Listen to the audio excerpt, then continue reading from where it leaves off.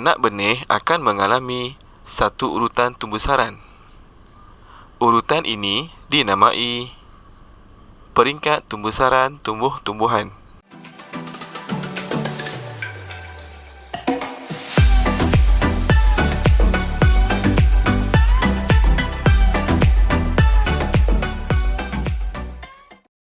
Mari kita ke kebun Pak Ali untuk memerhatikan peringkat tumbusaran pokok tomato.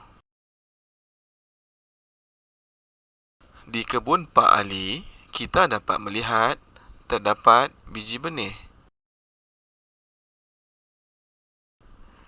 Biji benih yang bercambah, anak pokok,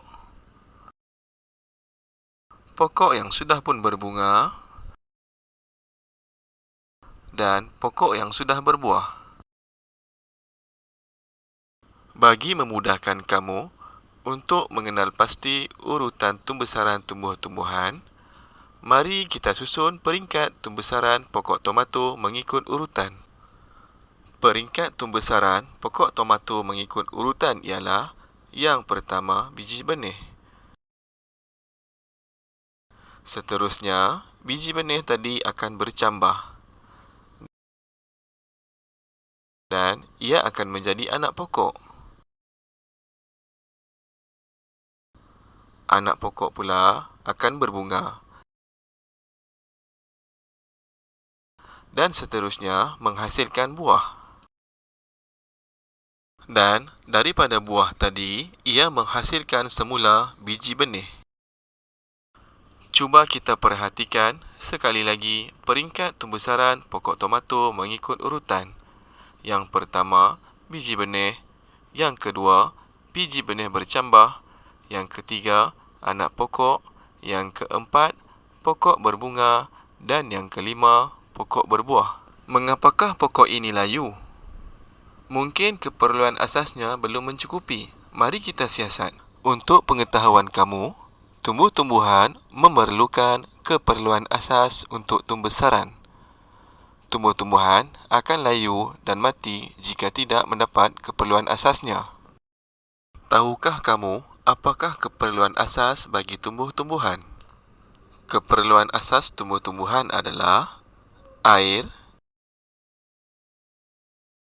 udara,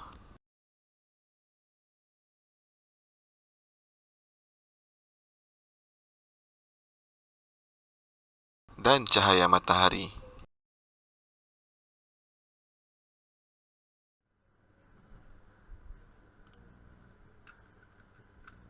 Air, udara, dan cahaya matahari ialah keperluan asas tumbuh-tumbuhan.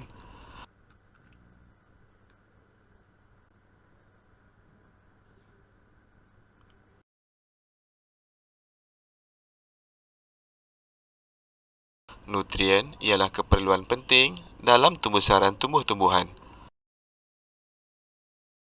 Nutrien menjadikan tumbuh-tumbuhan hidup subur.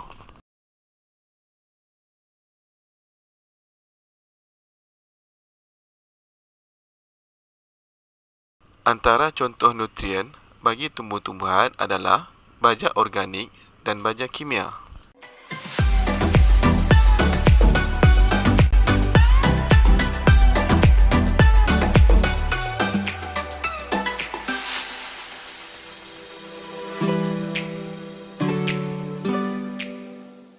Mari kita menyiasat keperluan asas tumbuh-tumbuhan melalui aktiviti ini. Dalam aktiviti ini, langkah yang perlu dilakukan adalah letakkan semua pokok iaitu pokok A, B, C dan D di luar kelas. Langkah kedua, siram pokok setiap hari kecuali pokok A. Langkah ketiga, tutup dan ikat dengan plastik jernih pada pokok C. Dan langkah keempat ialah tutup pokok D dengan kotak. Aktiviti ini perlu dilakukan selama 2 minggu dan selepas 2 minggu, keadaan pokok akan direkodkan di dalam jadual seperti yang ditunjukkan ini. Sepanjang aktiviti ini dijalankan, pokok A tidak mendapat air, tetapi ia mendapat udara dan cahaya matahari. Manakala pokok B ia mendapat air, udara dan cahaya matahari. Pokok C pula, ia hanya mendapat air, tidak mendapat udara dan ia mendapat cahaya matahari. Dan yang terakhir pokok D, ia menerima air, udara dan tidak menerima cahaya matahari.